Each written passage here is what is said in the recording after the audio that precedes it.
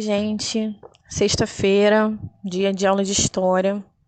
Vamos lá, pegando o livro de história, página 9. Vamos começar nossa leitura.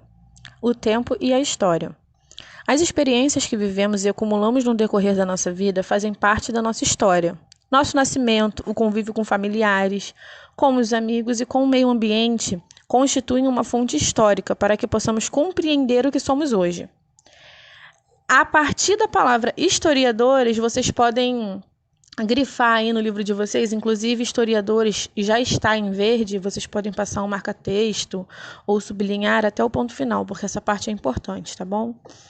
Historiadores são pessoas que estudam os acontecimentos ocorridos no passado e que utilizam essas informações para conhecer como viveram os povos do passado e como essas ações interferem na atualidade. Até aqui, de historiadores até aqui, vocês vão marcar aí da forma que vocês acharem melhor. O conjunto desses acontecimentos e de experiências faz parte da história de um povo, de uma nação, que constitui um tempo histórico. Observe. Vocês estão vendo aí a imagem, né? Um índio sentado e dois outros índios escutando aí provavelmente algo que ele estava contando, uma história, um acontecimento, uma lenda, né? Porque os indígenas têm muito essa coisa de lenda, de crença. Embaixo. Nas aldeias indígenas, os mais velhos costumavam contar para os mais jovens suas experiências vividas no decorrer do tempo. Elas servem como aprendizado e orientação para os tempos presente e futuro, pois sabemos que o tempo passado interfere diretamente na forma como as pessoas vivem na atualidade, tendo consequências no tempo futuro. É aquela coisa, né, gente, que igual a mãe fala assim, sai daí que você vai cair. Se a mãe tá falando para sair, que você vai cair, é porque ou provavelmente ela já caiu ou ela já viu alguém cair desse lugar que ela está pedindo para você sair. Aí o que acontece? Você não sai, com certeza você não vai sair, porque a gente nunca sai, né? E a gente cai. Aí o que a mãe fala? Bem feito, eu avisei, eu falei que você ia cair. Mas como que a mãe sabia que a gente ia cair? Porque isso ou já aconteceu com ela, ou ela já teve essas experiências com alguém próximo dela. É mais ou menos isso aí. Estão entendendo até aqui? Então vamos lá. Página 10. Para entender a história de um determinado grupo, os historiadores pesquisam diferentes tipos de documento. Estes podem ser escritos tais como as cartas e textos, ou escritos como pinturas, construções e esculturas. Existe ainda um interesse em estudar a memória das pessoas, pois assim terão um registro vivo de fatos históricos ocorridos em um determinado tempo. Percebemos, então, que o tempo da história é formado por todas as experiências vividas e que cada grupo social, seja ele qual for, tem suas próprias vivências e as suas lembranças contribuem diretamente para entendermos muito bem o que acontece no presente, que vai projetar lá no futuro. Aqui na imagem, pessoal, nós temos uma pintura rupestre no Vale de Cantimbau, Pernambuco. Aqui do outro lado, o Partenon, na Grécia, e a Esfinge de Mênfis, de alabastro, no Egito. No topo... Não, horrível isso aqui.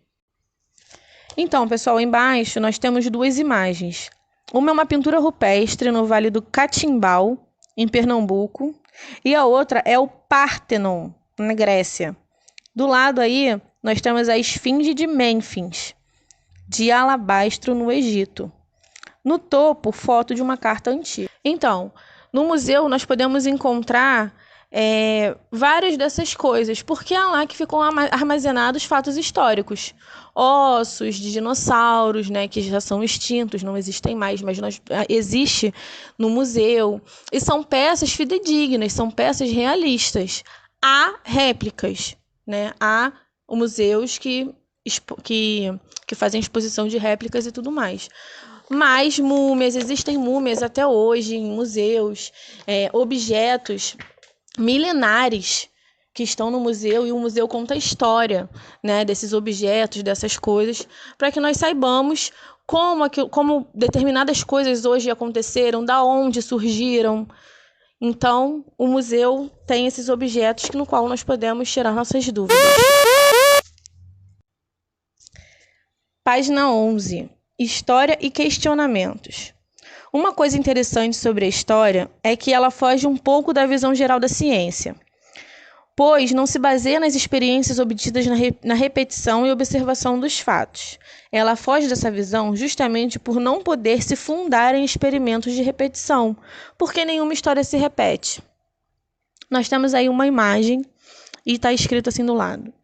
Nenhuma cidade é fundada de forma igual à outra e as populações das cidades não vivem da mesma forma ao redor do mundo. Nunca teremos uma nova descoberta do fogo ou poderemos reproduzir fielmente o primeiro contato dos europeus com os nativos nas Américas. Então, assim, as cidades, elas podem se parecer por terem prédios, casas, né, muitas pessoas e tudo mais. Mas nunca será a mesma coisa. Nunca vai ser uma cópia fidedigna, ideal, assim, muito igual. Não vai ser parecido, mas não vai ser igual. Levando isso em conta, podemos pensar a história de outra forma. Uma ferramenta a partir da qual, partindo do presente e estudando o passado, fazemos questionamentos. Por exemplo, o que motiva as guerras? A humanidade realmente precisa delas? Por que as pessoas dizem que antigamente era melhor? Como surgiu a humanidade? Então, vocês têm uma resposta para essas perguntas? Vocês sabem por que há as guerras? Vocês sabem se a humanidade precisa mesmo delas? Por que as mães ficam falando, hoje em dia ninguém mais pode ficar na rua? Antigamente a gente vivia na rua, isso e aquilo outro. Por quê? Por que antigamente era diferente de hoje? O que acontece hoje que não acontecia antigamente? Como que surgiu a humanidade? Como que nós surgimos? Vocês têm resposta para isso?